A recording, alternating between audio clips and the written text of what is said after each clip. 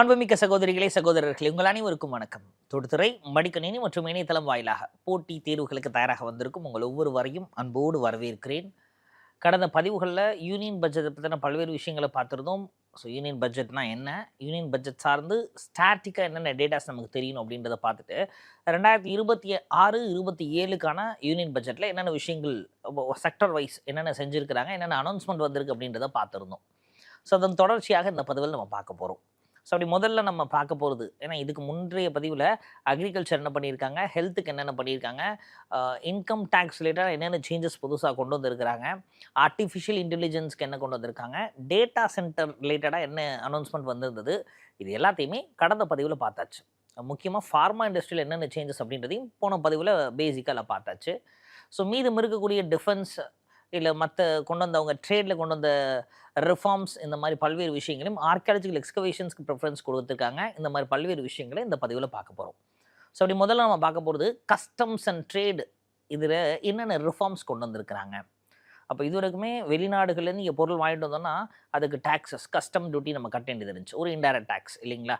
So அது ட்ரேடை promote பண்ணுறதுக்கு என்னென்ன இன்சென்டிவ்ஸ் அனௌன்ஸ் பண்ணியிருக்காங்க இந்த பட்ஜெட்டில் அப்படின்றத பார்க்க போகிறோம். So international passenger package, so இதுக்கு யூஸ்வலாகவே பார்த்திங்கன்னா ரொம்ப ஸ்கேனிங் அது இதுன்னு சொல்லி ரொம்ப அதிகமாக இருக்கும். பட் இப்போ என்ன கொண்டு வந்துட்டாங்க அப்படின்னா சிங்கிள் விண்டோ சிஸ்டம் அப்படின்றத இன்ட்ரடியூஸ் பண்ணுறாங்க. அப்போ சிங்கிள் விண்டோ சிஸ்டம் அப்படின்றதுனால ஸோ ஒரே இடத்துல எல்லா ஸ்கேனிங் எல்லாமே முடிஞ்சிடும். இந்த ஸ்கேனிங்க்குமே அவங்க என்ன பண்ணுறாங்கன்னா ஏஐ பேஸ்டு ஸ்கேனிங் இன்ட்ரடியூஸ் பண்ணுறாங்க. ஏன் சார் இந்த ஏஐ பேஸ்டு இன்ஸ்பெக்ஷன் சிஸ்டத்தை அவங்க அனௌன்ஸ் பண்ணியிருக்கிறாங்க அப்படின்னா, நமக்கு நல்லா தெரியும் தங்கத்தினுடைய விலை ரொம்ப அதிகமாக போய்கிட்டே இருக்குது இல்லைங்களா. ஸோ இப்போ தங்க கடத்துறது அப்படின்றது அப்போது இந்த மிடில் ஈஸ்ட்லேருந்து இங்கே ரொம்ப எளிமையாக கடத்திட்டு வந்துடுறாங்க, ரொம்ப அதிகமாக இருக்குது.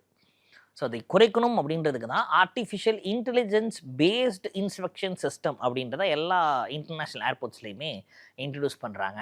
ஸோ இப்போ இதன் அடிப்படையில் என்ன ஆகுது அப்படின்னா, நமக்கு இந்த மாதிரி கஸ்டம்ஸ் டியூட்டி கட்டி அவங்க கொண்டு வர பொருட்களுமே உண்மையிலுமே அவங்க கஸ்டம் டியூட்டி கட்டின அதே பொருள் தான் கொண்டு வராங்களா, இல்லை கஸ்டம் டியூட்டி வேறு ஒரு பொருளை கட்டி இவங்க கொண்டு வர பொருளுடைய குவாலிட்டி வேறையா அப்படின்றது தெரியணும். ஏன்னா ஒரு சில இடங்கள் என்ன பண்ணுறாங்கன்னா 18 கேரட் தங்கம் அப்படின்றதுக்கு அவங்க கஸ்டம்ஸ் டியூட்டி கட்டிடுறாங்க, ஆனால் கொண்டு வரது 24 கேரட்டாக இருக்கும்.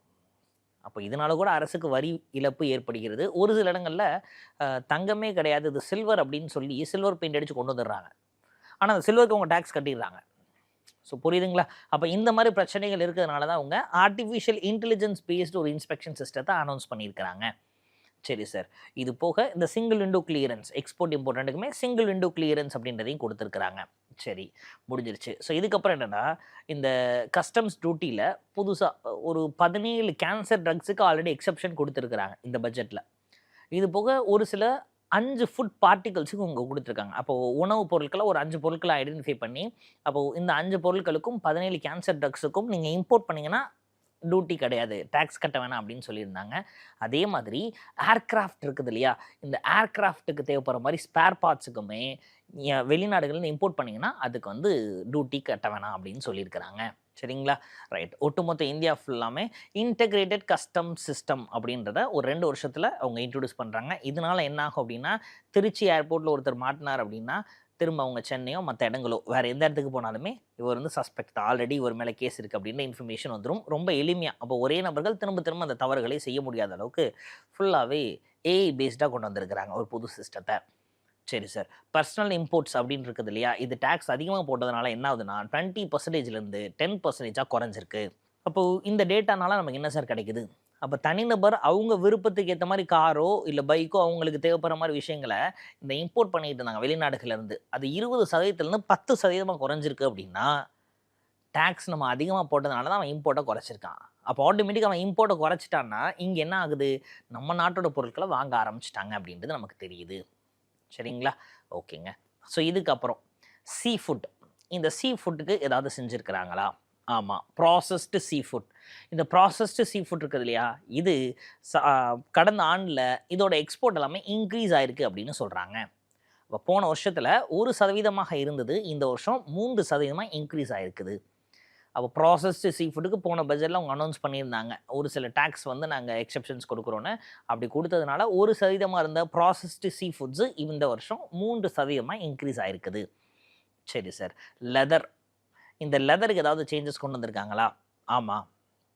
அப்போது லெதரில் இருக்கக்கூடிய ப்ராடக்ட்ஸ் இம்போர்ட் பண்ணுறோம் இல்லைங்களா, இந்த இம்போர்ட் பண்ணக்கூடிய ரா மெட்டீரியல்ஸ் லெதருக்கு தேவைப்படுற மாதிரி இருக்கக்கூடியது எல்லாத்துக்குமே இவங்க கஸ்டம்ஸ் டியூட்டியை குறைச்சிட்டாங்க.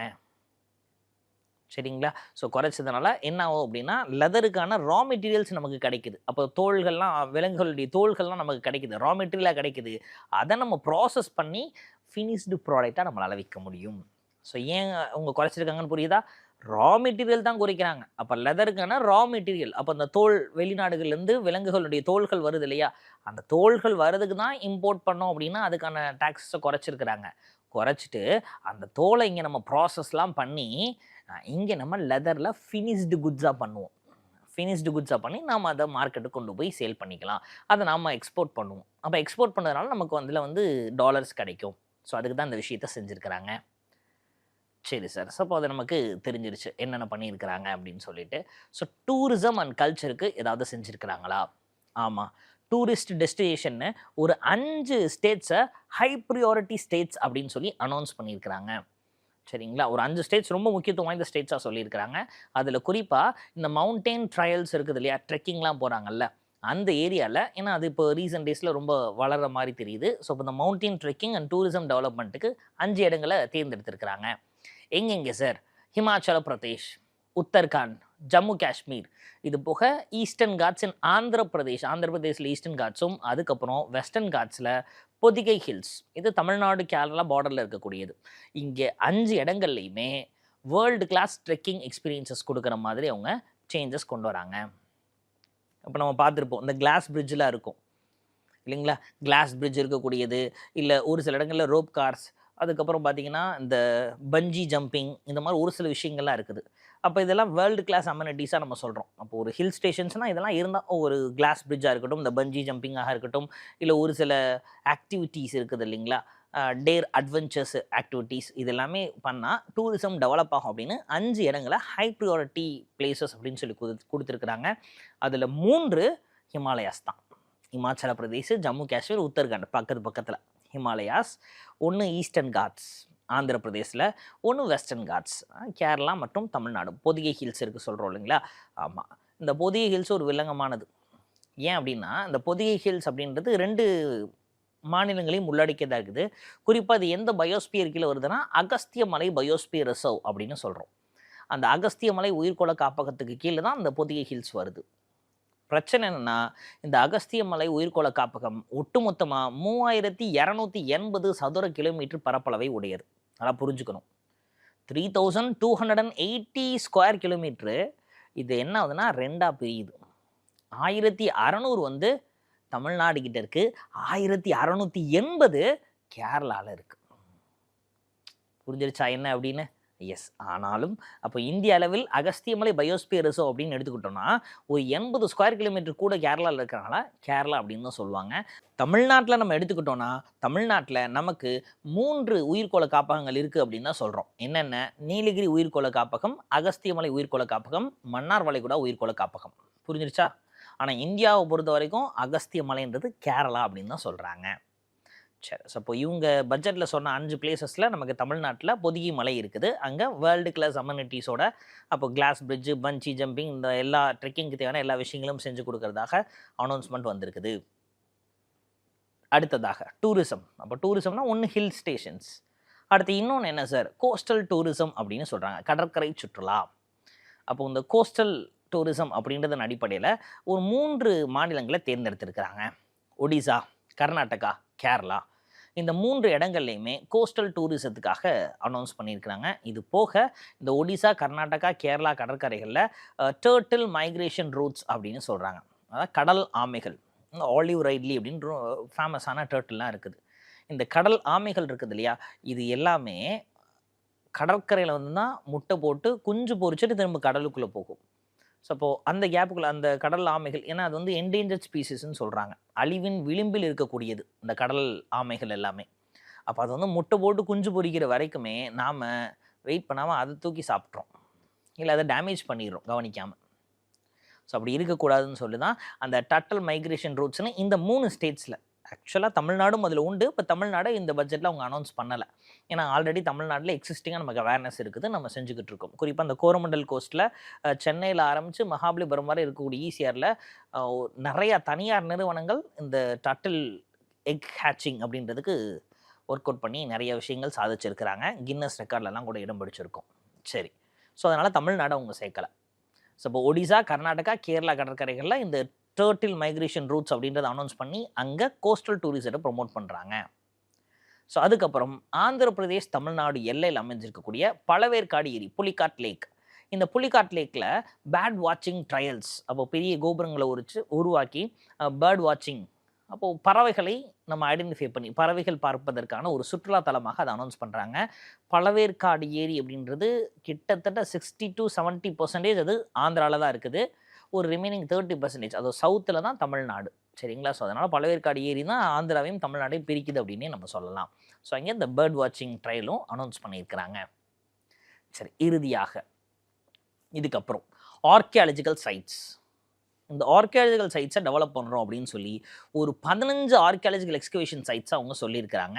இந்த 15ல் ஒன்று தான் தமிழ்நாட்டில் இருக்குது. அப்படி இந்த வருஷ பட்ஜெட்டில் ஆர்கியாலஜிக்கல் எக்ஸ்கவேஷன்ஸில் அவங்க அனௌன்ஸ் பண்ண தமிழ்நாட்டில் கூடிய எந்த ஊர் இருக்குது அப்படின்னா ஆதிச்சநல்லூர் இடம்பெறுகிறது. சரிங்களா? இந்த ஆதிச்சநல்லூர் தான் அவங்க அனௌன்ஸ் பண்ண 15ல் ஒரு ஊர் மட்டும். ஆனால் ஒட்டுமொத்த டேட்டாவை எடுத்து பார்த்தோம் அப்படின்னா அதிகமான கல்வெட்டுக்கள் இருக்கக்கூடிய மாநிலம் தமிழ்நாடு, அதிகமாக அகழ்வாராய்ச்சி தலங்களில் இருக்கக்கூடிய மாநிலம் தமிழ்நாடு. ஆனால் தமிழ்நாட்டில் ஒன்று மட்டும்தான் அவங்க கொடுத்துருக்குறாங்க, ஆதிச்சநல்லூர் மட்டும்தான். சரி சார், இப்போ தான் இம்பார்ட்டண்டான ஒரு கட்டத்துக்கு வரும். டிஃபென்ஸ் மிலிட்ரிக்கு மட்டும் எவ்வளோ செலவு பண்ணுறாங்க அப்படின்னு. அப்போ ஒட்டுமொத்தமாக இந்த வருஷ பட்ஜெட்லேயே அதிகமான செலவு அவங்க எங்கே தான் செஞ்சுருக்காங்கன்னா டிஃபென்ஸுக்கு தான் செஞ்சுருக்கிறாங்க. கிட்டத்தட்ட 7,84,678 கோடி ரூபாய். இந்த 7 லட்சம் கோடி ரூபாய் அவங்க டிஃபென்ஸுக்கு தான் அவங்க ஃபுல்லாகவே செலவு பண்ணுறாங்க. சரிங்களா? எஸ், கடந்த வருஷத்தோட இந்த வருஷம் 15.19% டிஃபென்ஸுக்கு மட்டுமே பட்ஜெட்டில் இன்க்ரீஸ் பண்ணியிருக்கிறாங்க. கிட்டத்தட்ட 15% இன்க்ரீஸ் ஆகிருக்குது போன வருஷம் பட்ஜெட்டோட. சரி சார், அப்போ ஒட்டுமொத்தமாக சென்ட்ரல் கவர்மெண்ட்டோட எக்ஸ்பெண்டிச்சர்ஸ் இருக்கு இல்லையா, அதுவே 14.61% தான். 2% ஆஃப் ஜிடிபி அப்படின்றதும் டிஃபென்ஸுக்கு தான் செலவு பண்ணுற மாதிரி இந்த தடவை பட்ஜெட் மேக் பண்ணியிருக்கிறாங்க. சரிங்களா? ஸோ இதில் கிட்டத்தட்ட 7,84,000 கோடி இல்லையா, அதில் 63,733 கோடியை aircraft, aero engines, air space, so இதுக்காக உருவாக்கியிருக்காங்க. அப்போது கிட்டத்தட்ட 65 crores வச்சுக்கலாமா, 65,000 crores. இது எல்லாமே ஃபுல்லாகவே வான்வெளி தாக்குதல்களுக்கு பயன்படுற மாதிரி டிஃபென்ஸ் செக்டாரில் யூஸ் பண்ணுறதுக்கு ஃபுல்லாகவே இந்தியன் ஏர்ஃபோர்ஸ். சரிங்களா? ஸோ அதுக்கப்புறம் 25,000 கோடி நேவல் ப்ராஜெக்ட்ஸ். அப்போ கப்பற்படை வச்சுருக்கோம் இல்லைங்களா, நேவிக்காக ஒரு 25,000 கோடியை அனௌன்ஸ் பண்ணியிருக்கிறாங்க. ஓகே, 2,19,000 கோடி இருக்குது இல்லையா, இதை கேபிட்டல் எக்ஸ்பெண்டிச்சர்ஸ். அப்போ நம்ம கேபிட்டல் சார்ந்து இருக்கக்கூடிய செலவுகளுக்காக 2,19,000 கோடி அப்படின்றத அனௌன்ஸ் பண்ணியிருக்கிறாங்க.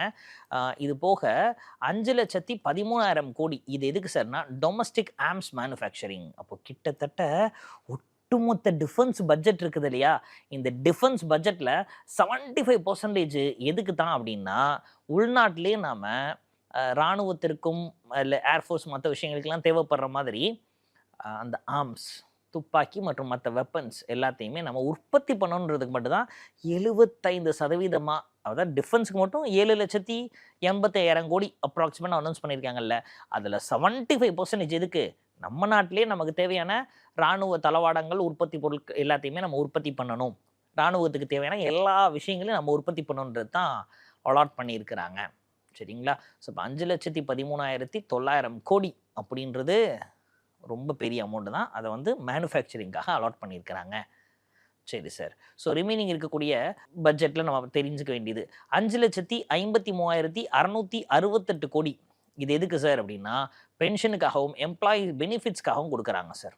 இதில் 1.71 லட்சம் கோடி ரூபாய் வந்து பென்ஷன்ஸ்க்கு மட்டுமே போயிடுது. கிட்டத்தட்ட 1.25 லட்சம் பென்ஷனுக்கு மட்டுமே போயிடுது அப்படின்னு சொல்கிறாங்க. சரிங்களா? ரைட்டுங்க. ஸோ இப்போ இது எல்லாமே நமக்கு டிஃபென்ஸுக்கும் இருக்கக்கூடிய டிஃபென்ஸில் இதுக்கு முன்னாடி இருந்தவங்களுக்கும் இப்போ இருக்கவங்களுக்கும் சேலரி உட்பட அவங்களுக்கு கொடுக்கக்கூடிய பென்ஷன்ஸ், அலவன்சஸ் அதெல்லாமே சேர்த்து கொடுத்துருக்குறாங்க. அப்போ இந்த வருஷம் பட்ஜெட்லேயே அதிகமாக எதுக்கு ஸ்பெண்ட் பண்ணியிருக்கிறாங்க அப்படின்னு கேட்டால் டிஃபென்ஸுக்கு தான். கடந்த ஆண்டு பட்ஜெட்டோட இந்த ஆண்டு பட்ஜெட்டில் எத்தனை பர்சன்டேஜ் டிஃபென்ஸ்க்கு இன்க்ரீஸ் பண்ணியிருக்காங்களா? சாரி, 15.19% இன்க்ரீஸ் பண்ணியிருக்கிறாங்க. சரியா? ஸோ கண்டிப்பாக அது நமக்கு தெரிஞ்சிருக்கணும். சரி சார், அப்போ ஃபார்மா பார்த்தாச்சு, டிஃபென்ஸ் பார்த்தாச்சு, என்விரான்மெண்ட் பார்த்தாச்சு, ஓகே எல்லாமே முடிஞ்சிருச்சு. இன்னும் என்னென்ன இருக்குது? எஜுகேஷன், ஸ்கில் டெவலப்மெண்ட், எம்ப்ளாய்மெண்ட்டுக்கு என்ன பண்ணியிருக்காங்கன்றதை பார்க்கணும். எம்எஸ்எம்இக்கு என்ன செஞ்சுருக்காங்க அப்படின்றத பார்க்கணும். எஜுகேஷன், அப்போ எஜுகேஷனுக்கு என்ன பண்ணுறாங்க சார் அப்படின்னா, ஏவிஜிசி அப்படின்றத செட்டப் பண்ணணும் அப்படின்றாங்க. அது என்ன sir AVGC? A for animation, V for visual effects, G for gaming and comics. சரிங்களா? ஸோ இப்போது இந்த மாதிரி animation, visual effects, gaming and comics அப்படின்ற கண்டென்ட் கிரியேட்டர்ஸ் ஒரு 15,000 ஸ்கூல்ஸ், 500 காலேஜஸில் இந்த ஸ்கீம் மூலமாக இந்த நபர்கள் எல்லாம் உருவாக்கணும் அப்படின்றாங்க. சரிங்களா? ஸோ இது போக விமன் எஜுகேஷன் அப்படின்றது நாட்டில் ரொம்ப ரொம்ப பின்தங்கி இருக்குது. தமிழ்நாட்டை பொறுத்த வரைக்கும் பெண் கல்விக்கு நம்ம முக்கியத்துவம் கொடுக்குறோம். குறிப்பாக தமிழ்நாடு அரசு என்ன பண்ணியிருக்கு அப்படின்னா, பெண் கல்வியை இன்னும் நம்ம ப்ரொமோட் பண்ணணும் அப்படின்றதுக்காக எப்படி மகளிர் உரிமை தொகை அப்படின்னு கொடுக்குறாங்களோ அதே மாதிரி கல்லூரி படிக்கக்கூடிய மாணவிகளுக்கு கிட்டத்தட்ட அவங்களுக்கும் புதுமை பெண் திட்டம் அப்படின்னு மூவலூர் ராமமிர்தம் நினைவாக ஒரு திட்டத்தை அனௌன்ஸ் பண்ணி மாதம் 1000 ரூபாய் கொடுத்துக்கிட்டு இருக்காங்க. இது போக பெண்கள் இன்னும் தொழில் முனைவராக உருவாக்கணும் அப்படின்றதுக்காகவும் வேறு வெளியூர்களில் போய் பெண்கள் தங்கி வேலை பார்த்தாங்கன்னா அவங்களுக்கு விடுதிகள் வேணும்னு விமன் ஹாஸ்டல்ஸ் அப்படின்றத, தோழி பெண் விடுதிகள் அப்படின்றதையும் உருவாக்கியிருக்கிறாங்க இல்லைங்களா? அப்போ இந்தியாவை கம்பேர் பண்ணுறப்ப தமிழ்நாட்டில் பெண் கல்வியும் அதிகம், பெண் தொழில் முனைவோர்கள் அதிகம், இந்த பெண்கள் வெளியிடங்களில் போய் வேலை பார்க்குறதும் அதிகம். சரிங்களா? ஸோ விமன் ஒர்க் ஃபோர்ஸ் அப்படின்றது தமிழ்நாட்டில் ரொம்ப ரொம்ப அதிகமாக இருக்குது. அதனால தான் ப்ரொடக்டிவிட்டியில் நம்ம கூட இருக்கும். இதை அப்படியே காப்பி அடித்த மாதிரி மத்திய அரசு என்ன பண்ணியிருக்கு அப்படின்னா, இதே மாதிரி இப்போ விமன் ஹாஸ்டல்ஸ் நிறையா உருவாக்கணும் அப்படின்னு ஒவ்வொரு டிஸ்ட்ரிக்ட்லேயும் ஒரு விமன் ஹாஸ்டல் உருவாக்கணும் அப்படின்னு சொல்லி அனௌன்ஸ் பண்ணியிருக்கிறாங்க. சரிங்களா? ரைட்டுங்க. ஸோ இது போக டூரிசம் செக்டாரில் நிறையா ஆப்பர்ச்சுனிட்டிஸ் கொடுக்கணும். டூரிசம் அப்படின்றது ஒரு முக்கியமானது. ஏன் அப்படின்னா, யோசிச்சு பாருங்கள், நம்ம நாட்டினுடைய பொருளாதாரத்தை பொறுத்த வரைக்கும் நமக்கு டாலருடைய கையிருப்பு கண்டிப்பாக இருக்கணும். அப்போ நம்மள்கிட்ட ரொம்ப அதிகமாக டாலர் இருந்துச்சுன்னா இந்திய ரூபாய்க்கு நிகரான டாலரின் மதிப்பு ஓரளவு கட்டுக்குள் இருக்கும். நம்ம கையில் டாலரே இல்லைன்னு வச்சுக்கோங்களேன், அப்போ ஒரு டாலர் 150, 200ன்னு ரேட் கூட்டிகிட்டே போயிடும். அப்போ நம்மக்கிட்ட டாலர் கையிருப்பு இருக்கணும். டாலர் கையிருப்பு இருக்கணும்னா நமக்கு டாலர் அச்சடிக்கவா முடியும்? இல்லை. அப்போ டாலர் நமக்கு கிடைக்கணும்னா நாம் நிறைய எக்ஸ்போர்ட் பண்ணணும். எக்ஸ்போர்ட் பண்ணால் தான் நமக்கு டாலர் கிடைக்கும். அப்போ எக்ஸ்போர்ட் பண்ணணும்னா யோசிச்சு பார்த்துக்கோங்க. அப்போ அதுக்கு தேவையான ஒர்க் ஃபோர்ஸ் இருக்கணும், அதுக்கு தேவைப்படுற மாதிரி கேபிட்டல்ஸ் இருக்கணும், ரா மெட்டீரியல்ஸ் இருக்கணும், கிட்டத்தட்ட நிறையா விஷயங்கள் தேவை. ஆனால் இது எதுவுமே இல்லாமல் நமக்கு டாலர் வேணும்னா என்னப்பா பண்ணலாம்? டூரிசம் தான். அப்போ டூரிசம் அண்ட் ஹாஸ்பிட்டாலிட்டி இண்டஸ்ட்ரி இருக்குது இல்லையா, இதில் பாருங்கள், அவன் நம்ம நாடை சுற்றி பார்க்க வருவான், வரவன் இந்திய ரூபாய் எடுத்துகிட்டு வருவான், டாலர் எடுத்துகிட்டு வருவான், நமக்கு டாலர்ஸ் கிடைக்கும். அப்போ டூரிசம் செக்டாரை டெவலப் பண்ணாலும் நமக்கு நிறைய டாலர்ஸ் கிடைக்கும். அப்படின்றதுனால இவங்க என்ன பண்ணுறாங்கன்னா, ஒரு 10,000 டூரிஸ்ட் கைட்ஸ் இவங்களை ட்ரெயின் பண்ணணும் அப்படின்னு சொல்லி இந்த ஸ்கீமில் அனௌன்ஸ் பண்ணியிருக்கிறாங்க. இந்தியா முழுமைக்கும் டூரிசத்தை இன்னும் நம்ம நிறையா வளர்க்கணும். அப்போ டூரிசம் வளர்ந்தாலே நமக்கு நிறையா டாலர்ஸ் கிடைக்கும் அப்படின்னு நம்புகிறாங்க. சரி சார். ஸோ அதுக்கப்புறம் எம்எஸ்எம்இ. எம்எஸ்எம்இன்னா என்ன sir? Micro small and medium enterprise. அப்போது மைக்ரோ ஸ்மால் அண்ட் மீடியம் என்டர்பிரைஸ்னால் தமிழில் குறு, சிறு மற்றும் நடுத்தர நிறுவனங்கள் அப்படின்னு சொல்கிறோம். இந்த குறு, சிறு மற்றும் நடுத்தர நிறுவனங்கள் இருக்காங்க இல்லையா, ஸோ இவங்களுக்கு அரசாங்கம் என்ன பண்ணியிருக்கு அப்படின்னா 10,000 crore rupees அலாட் பண்ணியிருக்குது. எதுக்கு சார்? ஸோ இதில் எம்எஸ்எம்இயில் இருக்கக்கூடியவங்க அப்கிரேட் ஆகுறதுக்காக 10,000 crores அலாட் பண்ணியிருக்கிறாங்க. சரிங்களா? இதில் ஆல்ரெடி ஆத்ம நிர்பார் பாரத் அபியான் அப்படின்னு சொல்லிட்டு கோவிட் முடிச்சதுக்கப்புறம் நிறையா தொழில் முனைவோர்களை உருவாக்கணும் அப்படின்றதுக்காக கொண்டு வந்தாங்க, ஆத்ம நிர்பார் பாரத் அப்படின்னு சொல்லிட்டு. ஸோ இப்போ அதன் இந்த எம்எஸ்எம்இ கீழே கொண்டு வந்திருக்கிறாங்க. சரிங்களா? எஸ். ஸோ இப்போது இதனால் என்ன ஆகுது அப்படின்னா, எம்எஸ்எம்இ செக்டார், அதாவது மைக்ரோவில் இருக்கிறது ஸ்மாலாகவும், ஸ்மாலில் இருக்கிறது மீடியமாகவும், மீடியமில் இருக்கிறது ஹைடெக்காக இருக்கக்கூடிய மற்ற தொழிற்சாலைகளாக அப்கிரேட் ஆகும் ஒரு பக்கம். இன்னொன்று, இந்த எம்எஸ்எம்இ செக்டாரில் பெரிய பெரிய நகரங்களில் இருக்காங்க இல்லையா, Tier 1 சிட்டிஸ் அப்படின்னு. இந்த Tier 1 சிட்டிஸில் இருக்கிறவங்க Tier 2, Tier 3, அப்போ பின்தங்கிய நகரங்கள் இருப்பாங்கல்ல, அண்டர் டெவலப்டுன்னு சொல்லுவோம்ல, Tier 2, Tier 3 சிட்டிஸ். அப்போது இந்த நகராட்சிகள்லேயும் 3ஆம் நிலை நகராட்சி, பேரூராட்சி அப்படின்லாம் இருக்குல்ல, அந்த மாதிரி இடங்களில் எம்எஸ்எம்இஸ் உருவாக்குறதுக்கு இவங்க ப்ரொமோட் பண்ணுறாங்க. அதுக்கு தான் அந்த 10,000 crores அலாட் பண்ணியிருக்கிறாங்க. சரிங்களா? ஸோ இப்போ இதனால் என்னாகும்? நமக்கு தொழில் முனைவோர்கள் நிறையா உருவாவாங்க. தொழில் முனைவோர்கள் உருவானா என்னாகும்? வேலை வாய்ப்புகள் அதிகரிக்கும். வேலை வாய்ப்புகள் அதிகரிச்சதுன்னா ஆட்டோமேட்டிக்காக ப்ரொடக்டிவிட்டி உற்பத்தி கூடுச்சுன்னா வரி கூடும். அரசாங்கத்துக்கு இது லாபம் தான். அடுத்ததாக விக்ஷித் பாரத். இந்த விக்ஷித் பாரத்தில் என்ன பண்ணுறாங்க சார்? 2 விஷயங்கள் பண்ணுறாங்க. ஒன்று டிரான்ஸ்போர்ட்டேஷன் அஜீவிகா மிஷன், இன்னொன்று ரோஜர் எம்ப்ளாய்மெண்ட். சரிங்களா? 100 நாள் வேலை திட்டம் அப்படின்றது இருக்குது இல்லையா? இதை 125 நாட்களாக, அது வேலை வாய்ப்புக்காக 125 நாட்களாக இன்க்ரீஸ் பண்ணுறாங்க. சரிங்களா? ரைட்டுங்க. ஸோ இது போக 60-40 ஃபண்டிங் அப்படின்றது சென்ட்ரல் ஸ்டேட் கவர்மெண்ட்ஸ் அப்படின்றத இப்போ இம்ப்ளிமெண்ட் பண்ணுறாங்க. அப்போ இவ்வளோ நாள் அப்படி இல்லாத இப்போ என்ன பண்ணிட்டாங்கன்னா 60-40, அப்போ 60% இதை அரசாங்கம், மத்திய அரசாங்கம் கொடுக்கும், 40% மாநில அரசாங்கம் போட்டு கொடுக்கணும் அப்படின்னு சொல்லிடுறாங்க. சரிங்களா? ரைட்டுங்க. இன்ஃப்ராஸ்ட்ரக்சர் டெவலப் பண்ணுறதுக்கு, அப்போ இன்ஃப்ராஸ்ட்ரக்சர் டெவலப் பண்ணுறதுக்கு ஆல்ரெடி நமக்கு ஸ்கீம்ஸ் இருந்தது. அந்த ஸ்கீம்ஸுக்கு ஃபண்டு மட்டும் அலாட் பண்ணியிருக்கிறாங்க. So first one Pradhan Mantri Gram Sadak Yojana. அதாவது இதை prime minister's rural road program அப்படின்னு சொல்கிறோம். கிராம சாலைகள் இந்த எல்லாத்தையுமே மேம்படுத்துவதற்காக கொண்டு வரப்பட்ட திட்டம். இந்த GDEY அப்படின்னு சொல்லுவாங்க. சரிங்களா? அப்போ இந்த பிரதான் மந்திரி இந்த கிராம் சதக் யோஜனாவின் கீழ் 19,000 கோடி ரூபாய் அலாட் பண்ணியிருக்காங்க. சார் இந்த ஸ்கீம் இப்போ தான் கொண்டு வந்தாங்களா? இல்லை, இது 2010லே கொண்டு வந்துட்டாங்க. அப்போ அந்த ஸ்கீம் 2010 கொண்டு வந்து கிராம சாலைகளை நம்ம மேம்படுத்தணும், ரோடு போட்டு கொடுக்கணும்னு சொல்கிறாங்க. அதன் அடிப்படையில் 19,000 கோடி ஒதுக்கி இருக்கிறாங்க. சரிங்களா? ஸ்கீம் ப்ளஸ் தான், அந்த ஸ்கீமுக்காக அலாட் பண்ணியிருக்கிறாங்க இன்ஃப்ராஸ்ட்ரக்சர் டெவலப்மெண்ட்டுக்கு. ஸோ அடுத்ததா நேஷ்னல் ரூரல் லைவ்லிஹுட் மிஷன். இதுக்கு 19,200 கோடி அலாட் பண்ணியிருக்காங்க. 1980ல் கொண்டு வரப்பட்ட திட்டம் தான் NRLM அப்படின்ற இந்த திட்டம். அடுத்ததா பிரதான் மந்திரி ஆவாஸ் யோஜனா. பிரதான் மந்திரி ஹவுசிங் ஸ்கீம் அப்படின்னு சொல்கிறோம். அப்போ வீடற்றோர்களுக்கு வீடு கட்டி கொடுக்குற திட்டம். அப்போ இதுக்கு முன்னாடி இது எப்படி இருந்தது அப்படின்னா ராஜீவ் ஆவாஸ் யோஜனா, இந்திரா ஆவாஸ் யோஜனா அப்படின்னு இருந்தது. அப்போ இந்திரா ஆவாஸ் யோஜனா அப்படின்னா இந்த ரூரல் ஏரியாஸ் சொல்கிறோம் இல்லைங்களா, கிராமப்புறத்தில் இருக்கவங்களுக்கு வீடு கட்டி கொடுக்கக்கூடிய திட்டத்தை இந்திரா ஆவாஸ் யோஜனா அப்படின்னு சொன்னாங்க. அப்புறம் 2009ல் நகர்ப்புறங்களையும் வறுமையில் நிறைய பேர் இருக்கிறாங்க. அப்போ நகர்ப்புறங்களில் இருக்கவங்களுக்கு வீடு கட்டி கொடுக்குறது தான் அவங்க ராஜீவ் ஆவாஸ் யோஜனா அப்படின்னு சொன்னாங்க. 2014ல் மத்திய அரசு இது ரெண்டையுமே ஒரே ஸ்கீமாக சொல்லிட்டாங்க, பிரதான் மந்திரி ஆவாஸ் யோஜனா. அதை 2ஆக பிரித்து ரூரல் அர்பன்னு பிரிக்கிறாங்க. இப்போது பட்ஜெட்டில் அவங்க என்ன பண்ணிட்டாங்கன்னா இந்த பிரதான் மந்திரி ஆவாஸ் யோஜனா இந்த ஸ்கீம், இது ரூரல் அர்பனாக தனியாக பிரிக்கல, ஒட்டுமொத்தமாக அந்த ஸ்கீமுக்கு மட்டுமே 54,000 கோடியை ஒதுக்கியிருக்கிறாங்க. சரிங்களா? ஓகேங்க. ஸோ அதுக்கப்புறம் எலக்ட்ரானிக்ஸ் மேனுஃபேக்சரிங் செக்டார், அதுக்கு ஏதாவது செஞ்சுருக்காங்களா? செஞ்சுருக்கிறாங்க.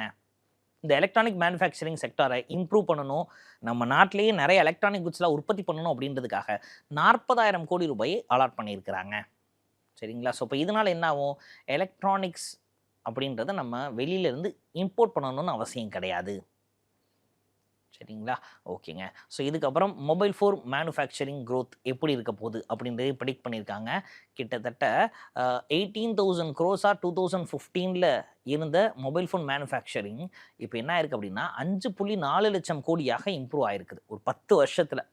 18,000 crores 5.45 lakh crores. ஸோ அவ்வளோ தூரம் ஒட்டுமொத்த கெப்பாசிட்டி மொபைல் ஃபோன் மேனுஃபேக்சரர்ஸ் இந்த இந்தியாவில் வளர்ந்துருக்கிறாங்க. சரிங்களா? எஸ், இதில் ஏன்னா ஐஃபோனுடைய பிளான்ட் இங்கே இருக்குது. ஐஃபோன் எக்ஸ்போர்ட் மட்டுமே கிட்டத்தட்ட 2,03,000 கோடி 2025ல். ஸோ இப்போது நமக்கு ஒரு விஷயம் நல்லா தெரியும், அதிகமாக எக்ஸ்போர்ட் பண்ணால் நமக்கு டாலர் கிடைக்கும் இல்லைங்களா? அப்போ மொபைல் ஃபோன் மேனுஃபேக்சரிங் செக்டாருக்கு நிறையா ஃபண்ட்ஸ் அலாட் பண்ணி இங்கே நிறையா நிறுவனங்களை நம்ம வளர்த்ததுனால என்ன ஆகுது அப்படின்னா நமக்கு நிறையா லாபம் கிடைக்குது, டாலர்ஸ் கிடைக்குது. சரிங்களா?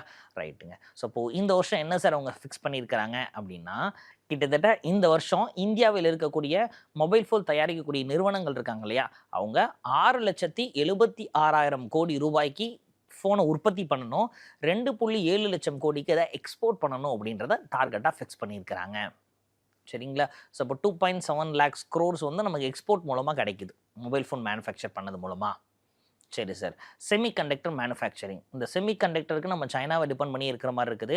அதனால் கிட்டத்தட்ட 1.6 lakh crores ஒரு 6 ஸ்டேட்ஸுக்கு, இந்த 6 ஸ்டேட்ஸுமே என்னென்னா செமிகண்டக்டர் நம்ம உற்பத்தி பண்ணுறதுக்கு இருக்கக்கூடிய ஒரு 6 ஸ்டேட்ஸ் ஐடென்டிஃபை பண்ணி அதுக்கு அலாட் பண்ணியிருக்கிறாங்க. இது தான் செமிகண்டக்டர் மிஷன் 2.2 அப்படின்னு சொல்லி அனௌன்ஸ் பண்ணியிருக்கிறாங்க. சரிங்களா? ரைட்டுங்க. ஸோ இதுக்கப்புறம் ஆயுர்வேதா டெவலப்மெண்ட், ஆயுர்வேத மருத்துவம். இந்தியாவில் தான் பார்த்தீங்கன்னா ஆயுஷ் அப்படின்னு நம்ம சொல்கிறோம். இந்த ஆயுஷ் அப்படின்றது ஒரு ஆல்டர்னேட்டிவ் மெடிசனாக நம்ம பார்க்கப்படுது. அது இணைய ஆல்டர்னேட்டிவ் மெடிசன், பொதுவாகவே இங்கிலீஷ் மெடிசனை தான் நம்ம சொல்லிக்கிட்டு இருக்கிறோம். எம்பிபிஎஸ் முடிச்சிருப்பாங்களே அந்த இங்கிலீஷ் மெடிசன் அதான் சொல்கிறோம். அது இல்லாமல் ஆல்டர்னேட்டிவ் மெடிசனாகத்தான் இந்த ஆயுஷ் அப்படின்னு சொல்கிறோம். ஆயுஷ்னா என்ன? ஏனா ஆயுர்வேதா, ஒய்னா யோகா நேச்சுரோபதி, யூனா Unani, S for Siddha, H for homeopathy. அப்போ இது என்ன சொல்கிறாங்கன்னா ஆல்டர்னேட்டிவ் மெடிசன் அப்படின்னு சொல்கிறாங்க. இதில் குறிப்பாக இந்த ஆயுர்வேதத்தை டெவலப் பண்ணணும் அப்படின்றதுக்காகவே All India Institute of Ayurveda அப்படின்றத எஸ்டாப்ளிஷ் பண்ணுறேன் அப்படின்னு சொல்லியிருக்கிறாங்க. சரிங்களா? இது ஆயுஷ் அப்படின்னு நம்ம பார்த்தோம்ல, இந்த ஆயுஷ்க்கு மட்டுமே கிட்டத்தட்ட 4408 கோடி ரூபாயை அலாட் பண்ணியிருக்கிறாங்க. ஸோ இப்போ ஆயுஷ் செக்டர் என்ன சார் செய்ய போகிறாங்க? இந்தியா முழுமைக்கும் இந்த ஆயுஷோட டிஸ்பென்சரிஸ், ஆயுஷ் லேப்ஸ் இது எல்லாத்தையுமே உருவாக்கணும் அப்படின்றாங்க. இதில் ஒரு பெருமையான விஷயம் என்னென்னா, ஒட்டுமொத்த இந்தியாவிலேயே இன்னைக்கு வரைக்குமே, அது ஆயுஷ்னா 5 மருத்துவம் சொல்கிறாங்க இல்லையா, ஆயுர்வேதம், யோகா நேச்சுரோபதி, யுனானி, சித்தா, ஹோமியோபதி அப்படின்னு இந்த 5 மருத்துவ கல்லூரிகளும் இருக்கக்கூடிய ஒரே மாநிலம் தமிழ்நாடு தான். அப்போ யோசிச்சு பாருங்கள், ஆயுர்வேதா டாக்டர் ஆகணும்னாலோ, சித்தா டாக்டர் ஆகணும் அப்படின்னாலோ, ஹோமியோபதி டாக்டர் ஆகணும் அப்படின்னாலோ, யோகா நேச்சுரோபதி டாக்டர் ஆகணும் அப்படின்னாலோ, இல்லை யுனானி டாக்டர் ஆகணும் அப்படின்னாலோ தமிழ்நாட்டுக்கு போனால் போதும். அப்போது இந்த 5 மருத்துவக் கல்லூரிகள் இருக்கக்கூடிய ஒரே மாநிலம் தமிழ்நாடு மட்டும்தான். மற்ற மாநிலங்களில் மருத்துவக் கல்லூரியே இல்லையா? இருக்குது. ஆயுர்வேதத்துக்கு மட்டும் கேரளாவில் இருக்குது. சரிங்களா? ஹோமியோபதிக்கு மட்டும் யூபியில் இருக்குது. யுனானிக்கு, யோகா நேச்சுரோபதிக்கு கல்கட்டா பெங்காலில் இருக்குது. ஸோ இப்படி தனித்தனியாக இருக்குது. ஆனால் இந்த 5க்குமே ஒட்டு மொத்தமாக மருத்துவக் கல்லூரிகள் இருக்கக்கூடிய ஒரே மாநிலம் தமிழ்நாடு தான். சரிங்களா? அதனால் ஆயுஷ் செக்டரில் நமக்கும் ஒரு ப்ராஃபிட் இருக்குது. அது மாதிரி சித்தா பொறுத்த வரைக்கும் தமிழ்நாட்டில் தான் நேஷ்னல் இன்ஸ்டிடியூட் ஆஃப் சித்தா அப்படின்னுடைய தலைமையிடம் இருக்குது. 2005 வருஷம் அன்றைய பாரத பிரதமர் மன்மோகன் சிங் அவர்கள் வந்து திறந்து வச்சுருப்பாங்க. தமிழ்நாடு அரசு ரெக்வஸ்ட் பண்ணி அந்த நேஷ்னல் இன்ஸ்டிடியூட் ஆஃப் சித்தாக்கு பண்டிதர் அயோத்திதாசர் பேரை வச்சுருப்பாங்க. சென்னை தாம்பரத்தில் அது இன்றைக்கும் இயங்கிட்டு வருது. குறிப்பாக இந்த கொரோனா காலகட்டத்தில் கொரோனாக்கு மருந்து கண்டுபிடிக்கிறதுக்கு நிலவேம்பு கஷாயம், நிலவேம்பு குடிநீர்னு ஒரு விஷயத்தை நம்ம செஞ்சோமா? எஸ், அதை சஜஸ்ட் பண்ணது நேஷ்னல் இன்ஸ்டிடியூட் ஆஃப் சித்தா தான், சித்த மருத்துவம் தான். சரிங்களா? ஓகேங்க. ஸோ அப்போது இங்கே இந்த வருஷத்தில் நமக்கு என்ன சொல்லியிருக்கிறாங்கன்னா, All India Institute of Ayurveda அப்படின்றத எஸ்டாப்ளிஷ் பண்ணுறேன் அப்படின்னு சொல்லியிருக்கிறாங்க. சரிங்களா? ரைட்டுங்க. ஸோ இப்போது ஆயுஷ் மினிஸ்ட்ரி சார்ந்து நமக்கு தெரிஞ்சிருச்சு. அடுத்ததாக ஸ்போர்ட்ஸ் செக்டார். இந்த ஸ்போர்ட்ஸ் செக்டார்லேயும் நம்ம நிறையா சாதிக்கணும் அப்படின்றதுக்காக இதுலேயுமே எக்கச்சக்கமான அனௌன்ஸ் பண்ணியிருக்கிறாங்க. குறிப்பாக 2028 வருஷம் ஒலிம்பிக் அப்படின்றது நடக்க போகுது. சரிங்களா? அப்போ 2028 ஒலிம்பிக்ஸில் இந்தியா இன்னும், ஏன்னா இவ்வளோ நாள் ஒலிம்பிக்லாம் நம்ம பெருசாக சாதிச்சது இல்லைல்ல, அட்லீஸ்ட் வரக்கூடிய ஒலிம்பிக்லாம் சாதிக்கணும் அப்படின்றதுக்காக இந்த வருஷமே எக்கச்சக்கமாக அனௌன்ஸ்மெண்ட் சொல்லியிருக்கிறாங்க. Sports Authority of India, so அவங்களுக்கு மட்டுமே கிட்டத்தட்ட 917 கோடி அலாட் பண்ணி ட்ரைனிங் கேம்ப்ஸ், நேஷ்னல் காம்படிஷன்ஸ் நடக்கிறதுக்காக, ஸ்போர்ட்ஸ் காம்ப்ளெக்ஸ் எல்லாத்தையும் மெயின்டைன் பண்ணுறதுக்காக அலாட் பண்ணியிருக்குது. கிட்டத்தட்ட 1000 crores. சரிங்களா? இது போக அத்லெட்ஸ் இருக்கிறாங்க இல்லையா, அத்லெட்ஸ்க்கு அவங்க கொடுக்கக்கூடிய இன்சென்டிவ்ஸை 28 கோடியிலேருந்து 40 கோடியாக இன்க்ரீஸ் பண்ணியிருக்கிறாங்களா. ஸோ இப்போ இது எல்லாமே எதுக்காக அப்படின்னா, ஸ்போர்ட்ஸில் நம்ம சாதிக்கணும் அப்படின்றதுக்காக. இந்த ஸ்போர்ட்ஸுக்கு தேவைப்படக்கூடிய எக்யூப்மெண்ட்ஸ் இருக்குது இல்லையா, ஸ்போர்ட்ஸ் எக்யூப்மெண்ட்ஸ் அப்படின்னு சொல்கிறோம். இப்போ ஹாக்கி பேட்டாக இருக்கலாம், அவங்க போடுற நீ கேப்பாக இருக்கலாம், ஆங்கிள் கப்பாக இருக்கலாம். ஸோ இப்போ இதெல்லாமே ஸ்போர்ட்ஸுக்கு பயன்படுத்தக்கூடிய எக்யூப்மெண்ட்ஸ். இது எல்லாமே இந்தியாவிலேயே மேக் இன் இந்தியா இனிஷியேட்டிவ்ல உற்பத்தி பண்ணணும் அப்படின்றதுக்கு தனியாக அதுக்கு ஒரு 500 கோடி ரூபா அலாட் பண்ணியிருக்கிறாங்க.